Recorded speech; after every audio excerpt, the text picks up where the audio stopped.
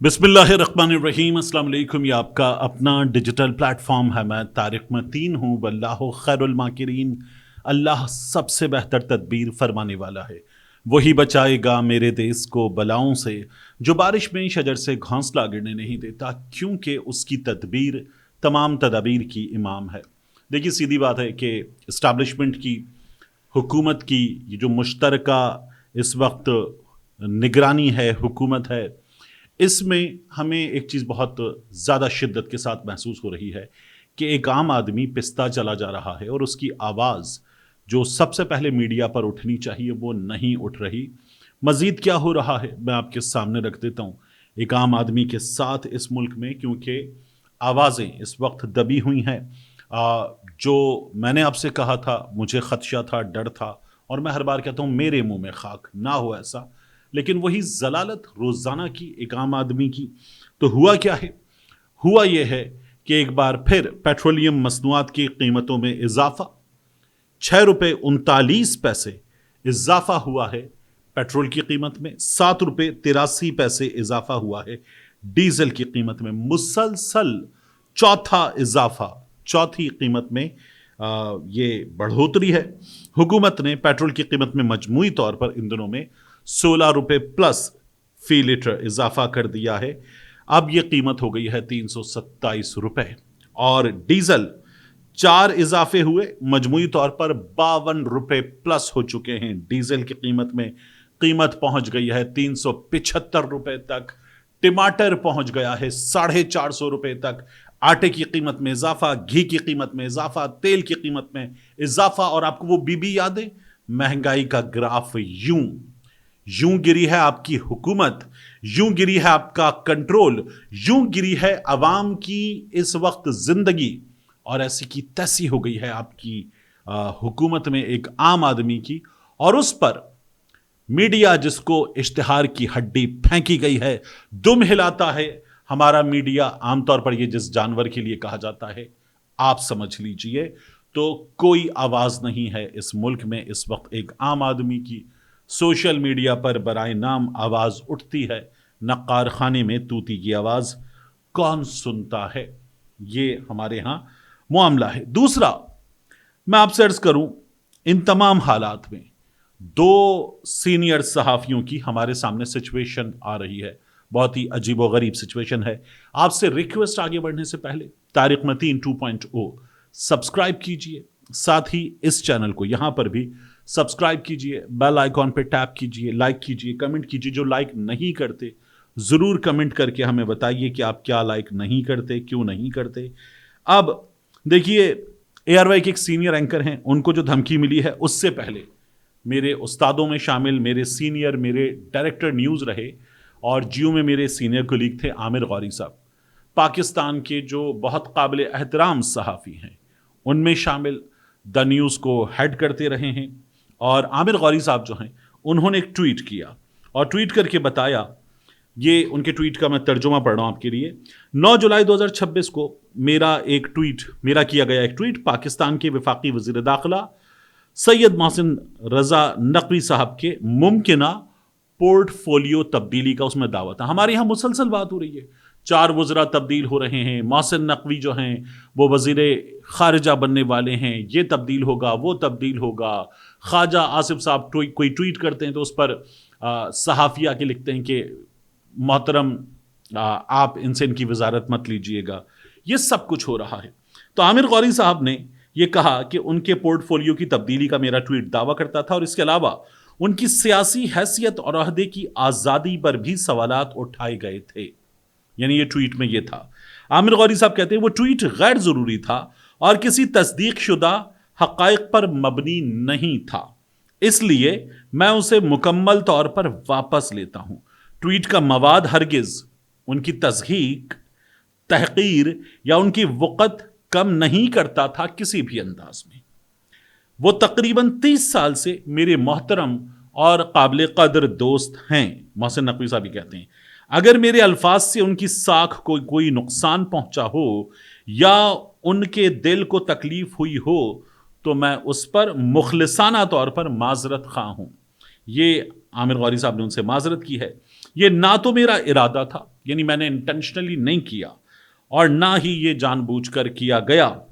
وہ پاکستان کی اس وقت حالیہ تاریخ میں سب سے مشکل ترین ادوار میں سے ایک اہم ذمہ داری نبھا رہے ہیں۔ محسن نقوی صاحب کی انہوں نے اس کے بعد تعریف کی کہ کن حالات میں محسن نقوی صاحب اپنی ذمہ داری ادا کر رہے ہیں۔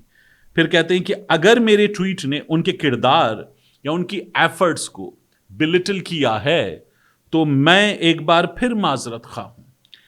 میں نے وہ ٹویٹ ڈیلیٹ کر دیا ہے۔ اور پھر عامر غوری صاحب جو ہیں ان کے ٹویٹ کے نیچے اس پر رپلائی کرتے ہوئے، کوٹ کرتے ہوئے جو ریئیکشنز ہیں، میں ان ریئیکشنز کو دیکھ کر حیران تھا۔ لوگ اسے قرار دے رہے ہیں پاکستان میں پیکا کا نتیجہ، قانونی سختیوں کا نتیجہ، لیکن صحافیوں نے اس طرح کے کمنٹس بہت سے لوگوں کے بارے میں کیے۔ میں یہ گمان رکھتا ہوں کہ محسن نقوی صاحب کے بارے میں یہ جو معذرت خواہانہ ٹویٹ عامر غوری صاحب نے کیا ہے، اور عامر غوری صاحب ان سے کہیں سینئر ہیں اور کہیں زیادہ اپنی فیلڈ میں، اپنی جگہ پر عامر غوری صاحب جو ہیں ان کا قد اور ان کا مرتبہ ہے۔ محسن نقوی صاحب کامیاب رہے، فائنینشلی کامیاب رہے، کہ انہوں نے سی این این کے ساتھ کام کیا، اس کے بعد انہوں نے چینلز کھول لیے، اخبار بھی لے آئے، اور محسن نقوی صاحب پھر اس کے بعد وزیر اعلیٰ پنجاب بھی بنے، وزیر داخلہ بھی بن گئے، اسٹیبلشمنٹ کے نمائندہ قرار دیے جاتے ہیں۔ تو یہ محسن نقوی صاحب کے بارے میں ہمارے ہاں تمام بات ہوتی ہے، بٹ عامر غوری صاحب happens to be highly respectable journalism کے سرکلز میں، انہوں نے یہ ٹویٹ کر کے معذرت کر لی ہے۔ اس کو پیکا کا نتیجہ قرار دیا جا رہا ہے سوشل میڈیا پر تبصروں میں۔ دوسرا، اے آر وائی کے اینکر کو دھمکی والا معاملہ۔ دیکھیے، اے آر وائی کے اینکر ہیں افتخار فردوس صاحب۔ افتخار فردوس صاحب نے ایک ادھر ٹویٹ کیا، اور اس ٹویٹ میں وہ کہتے ہیں I received a phone call today by someone claiming to be from the military۔ فوج میں سے تعلق رکھنے والے کسی نے مجھے فون کیا۔ آگے وہ بتاتے ہیں کہ اس بندے نے جس نے فون کیا، اس نے میرے ایکسائز شیٹ مجھے بھیجی، فوٹیج بھیجی موٹر وے ٹول پلازا کی میری گاڑی کی جو انٹر ہو رہی تھی ہائی وے پر۔ افتخار فردوس صاحب کی گاڑی ہائی وے پر انٹر ہوتی ہے، اس کی فوٹیج بھی بھیجی گئی۔ پھر وہ کہتے ہیں کہ اس بندے نے جس نے فون کیا، اس نے یہ کلیم کیا کہ میں نے اس کی گاڑی کے اتنا قریب سے گزارا، اتنے خطرناک انداز میں گزارا تیز رفتاری کے ساتھ، کہ وہ بڑی مشکل سے بچا کریش ہوتے ہوتے۔ جب میں نکل گیا، اور اس بندے نے پھر مجھ سے یہ کہا، افتخار فردوس سے کہا کہ تم 1.2 ملین اب مجھے ادا کرو، 12 لاکھ روپے ادا کرو۔ پھر وہ کہتے ہیں the only fact that the date he mentioned I was out of the country۔ جب وہ کہہ رہا ہے کہ میں نے یہ کیا ہے، اس دن تو میں ملک میں تھا ہی نہیں۔ فوٹیج میں ممکنہ طور پر ڈیٹ نہیں ہوگی، تو افتخار فردوس صاحب یہ مان رہے ہیں کہ میری گاڑی تھی، میری ایکسائز شیٹ تھی، تو اس نے وہ نکال کر مجھے بھیج دی۔ پھر اس کے بعد وہ کہتے ہیں کہ میں نے اس سے کہا کہ تمام چیزیں مجھے بھیجو جو تم دعویٰ کر رہے ہو، تو اس نے مجھے چیزیں بھیجیں، اور اس نے پھر یہ کہا ایک سینئر ملٹری آفیشل کا نام لے کر۔ ظاہر ہے کہ افتخار فردوس صاحب کے سامنے اس نے نام لیا کہ یہ والا آفیسر، سینئر ملٹری آفیشل۔ تو اب افتخار فردوس صاحب نے وہ نام نہیں لکھا کہ وہ آرمی آفیسر کون ہے۔ کہتے ہیں کہ claiming to be his nephew, یعنی وہ آرمی آفیسر فون کرنے والے کا بھتیجا ہے، and that he would have me picked up, اور مجھے اٹھوا لے گا وہ بندہ۔ افتخار فردوس صاحب اے آر وائی پر بارڈر ٹاکس کے نام سے پروگرام کرتے ہیں، خراسان ڈائری کے ایڈیٹر ہیں، ایک سینئر صحافی ہیں۔ ان کو ایک بندہ فون کر کے یہ کہہ رہا ہے کہ تجھے اٹھوا لوں گا، پیسے دے، اور وہ جو ڈیٹ بتا رہا ہے اس ڈیٹ پہ وہ بندہ ملک میں نہیں ہے، افتخار فردوس صاحب ملک میں نہیں ہے، لیکن وہ کہہ رہا ہے ایسے گاڑی گزاری کہ میں جان سے چلا جاتا، پیسے دو، 12 لاکھ روپے۔ اچھا 12 لاکھ کیوں مانگ رہا ہے بندہ؟ جان چلی جاتی، جان کی قیمت 12 لاکھ، مانگنے کو 60-70 لاکھ، کوئی کروڑ 1.5 کروڑ مانگے بندہ۔ اچھا پھر آگے وہ کہتا ہے کہ اور اگر آپ کا تعلق بھی ایک سینئر ملٹری آفیشل سے ہے، اور آپ بندہ اٹھوانے کی، اور ایک سینئر اے آر وائی کا اینکر اٹھوانے کی صلاحیت رکھتے ہیں، تو پھر 12 لاکھ کیوں مانگ رہے؟ پھر پیسے تو ذرا ڈھنگ سے مانگے بھائی صاحب۔ پھر آگے وہ کہتا ہے کہ افتخار فردوس صاحب لکھتے ہیں regardless that this was a scam to extort money, I understand that It's not difficult to get details of vehicles or assets.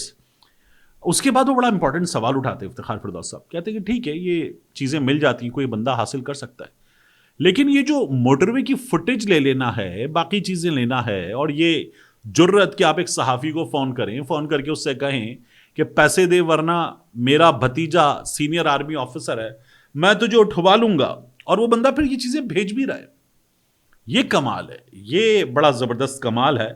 तो ये दोनों चीज़ें डिमांड करता है, इस बंदे को भी चेक करें और जिन ऑफिसर साहब का वो नाम ले रहे हैं उसको भी चेक करें, और ये भी चेक करें कि इस बंदे को ये जो किसी शहरी की फुटेज है मोटरवे पर एंटर करने की, वो फुटेज किसी को ऐसे करके दे दी जाएगी। इसका मतलब इस बंदे का कोई ताल्लुक कहीं ना कहीं है, और ये बंदा वो फुटेज निकलवाने के काबिल है। जब ही इसने वो फुटेज निकलवा ली, एक एंकर को भेज दी, और ARY के एंकर को भेज के उसको कहा तुझे उठवा लूंगा, पैसे बहुत थोड़े मांगे। मुझे प्रॉब्लम ये कि पैसे तो जरा ढंग से मांगने थे, 12 लाख रुपए मांगे सिर्फ। तो ये इफ्तिखार फिरदौस साहब को भी बुरा लगना चाहिए कि यार महज 12 लाख रुपए, ये अजराह मजाक बात थी। फिर इफ्तिखार फिरदौस साहब सवाल करते हैं, is the system that compromised that our data is so easily available to anyone who can buy it? Are criminals now operating in tandem with networks deep within our surveillance system? तो जाहिर है कि बहुत अहम है ये मामला, ये चीज़ बहुत अहम है, इसका जवाब आना चाहिए, ऐसे ही ये नहीं चली जानी चाहिए, लेकिन हो गया है, मजाक है, वाहियात है, जो भी कहें आप इसे, ये हो गया है। तो हमारे यहाँ कराची में आजकल उस तरह से रिपोर्ट नहीं हो रहा। हम दोस्तों की एक गैदरिंग में रात में बैठते हैं तो वहाँ कई दफ़ा 1 से 2 लोग ऐसे हैं जिनके छोटे मोटे गारमेंट्स के कारखाने हैं, और वो बता रहे हैं कि कराची में उन तक बड़ा रेगुलर तरीके से आ रहे हैं भत्ता मांगने वाले, और ये सब कुछ दोबारा इत्मीनान के साथ शुरू हो गया है। मिलते हैं इंशाल्लाह आपसे अगली वीडियो में।